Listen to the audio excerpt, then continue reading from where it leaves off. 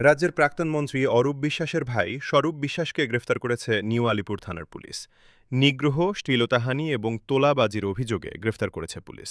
অস্ত্র আইনেও মামলা রুজু হয়েছে। অভিযোগ, টালিগঞ্জের টেকনিশিয়ান স্টুডিওর টেকনিশিয়ানদের কাছ থেকে টাকা তুলতেন তিনি। নিউ আলিপুর থানার সামনে ভিড় করেছেন এলাকার সাধারণ মানুষের একাংশ। স্বরূপ বিশ্বাসের বিরুদ্ধে ক্ষোভে ফেটে পড়েছেন তারা। সাধারণ বাসিন্দাদের অভিযোগ, দীর্ঘদিন ধরে তোলাবাজি ও অত্যাচার করেছেন স্বরূপ বিশ্বাস ও তার সঙ্গীরা। স্বরূপের গ্রেফতারির পর নিউ আলিপুর থানার সামনে বিক্ষোভ দেখানো হচ্ছে। বুধবার টলিপাড়ার federation of senior technicians and workers of eastern India সংগঠনটি ভেঙে দেওয়ার ঘোষণা করেছিলেন টালিগঞ্জের বিধায়ক পাপিয়া অধিকারী। এই সংগঠনের সভাপতি ছিলেন স্বরূপ বিশ্বাস। তার বিরুদ্ধে একাধিক অভিযোগ ছিল আগে থেকেই। স্বরূপ বিশ্বাসের জমানায় ফেডারেশনের অন্দরে একাধিক আর্থিক অনিয়মের অভিযোগ উঠেছিল। সূত্রের খবর, রিজন পার্ক এলাকার বাসিন্দা এক মহিলা স্বরূপের বিরুদ্ধে থানায় অভিযোগ দায়ের করেছেন। তিনি টালিগঞ্জের মেকআপ আর্টিস্ট ফেডারেশনের সদস্য।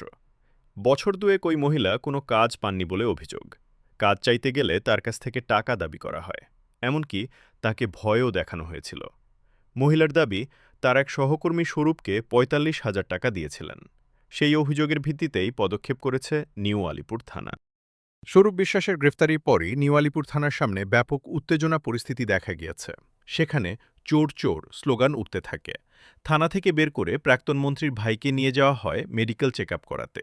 এছাড়াও একাধিক ছবি দেখা যায় এদিন। এক ব্যক্তি হাতে পুষ্পস্তবক নিয়ে আসেন নিউ আলিপুর থানার ওসিকে দেবেন বলে, কারণ তিনি স্বরূপ বিশ্বাসকে গ্রেফতার করেছেন। যদিও সেই ব্যক্তি যখন থানার সামনে আসেন তখন স্থানীয় মানুষজন অভিযোগ করেন ওই ব্যক্তিকে নাকি স্বরূপ বিশ্বাসের সঙ্গে দেখা গিয়েছে।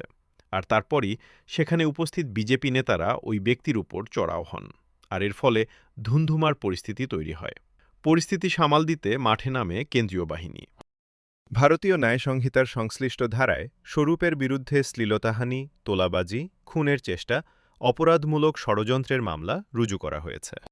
আগামীকাল তাকে আদালতে তোলা হবে বলে সূত্রের খবর।